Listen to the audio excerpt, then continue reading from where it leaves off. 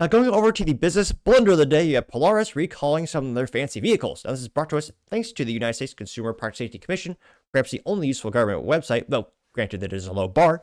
And they say, quote, Polaris recalls Ranger XP Kinetic and Pro XD Kinetic recreation off-highway vehicles, or ROVs, due to, whoops, a fire hazard. Here you can see those fancy little toys there, though. I do understand some of them are used for farm equipment, so if it's a tax deduction and you need it for business, I can understand why you would buy it. Though, as an individual, it's not my thing. Now, they say this is affecting the model year 2023 to 2024 Ranger XP Kinetic and model year 2025 Pro XD Kinetic ROVs.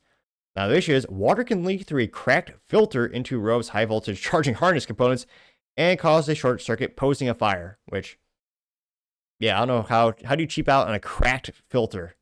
Jeez Louise. Now, they noted this will affect 4,900 ROVs and 185 accessory charger service part kits, in addition to 330 that were sold in Canada.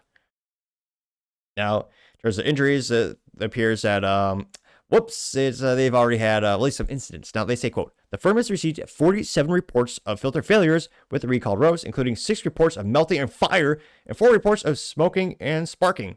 Thankfully, though, no injuries have been reported. Well, let's be honest, have been reported yet.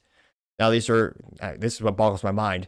These were sold at Polaris dealerships nationwide from April 2023 to March 2025 for between $24,000 and $37,500 before the extortion tax, aka registration fee tax. It's more than my Honda Civic Si, and I love my Honda, and it's a car that can actually use for work in the track.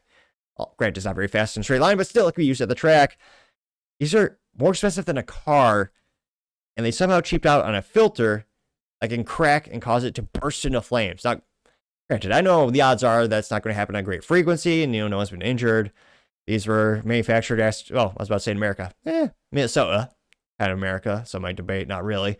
They were actually, that's where they're headquartered. It is the recall number 25-343. And I can't imagine having a recall for such an expensive vehicle. And again, compared to a car, this has much less components. So in theory, it'd be easier to have quality assurance. And considering this is an integral part or, item in their portfolio over at Polaris, to have something where it can, literally melt and burst into flames and spark, and it costs more than a car, gotta say, Polaris, you are certainly the business blunder of the day. Thank you, everyone, for taking the time to tune in today. Again, try to get to 6,000 subscribers by the end of the month, so if you click that button, I greatly appreciate it. Also, give me a thumbs up, thumbs down, or comments. Great way to give me some additional feedback, letting me know how I can make the show better and better. And lastly, don't forget to take time to tell your family, tell your friends, tell your coworkers, heck, tell your enemies, anyone, everyone. Just stay safe and fight the good fight.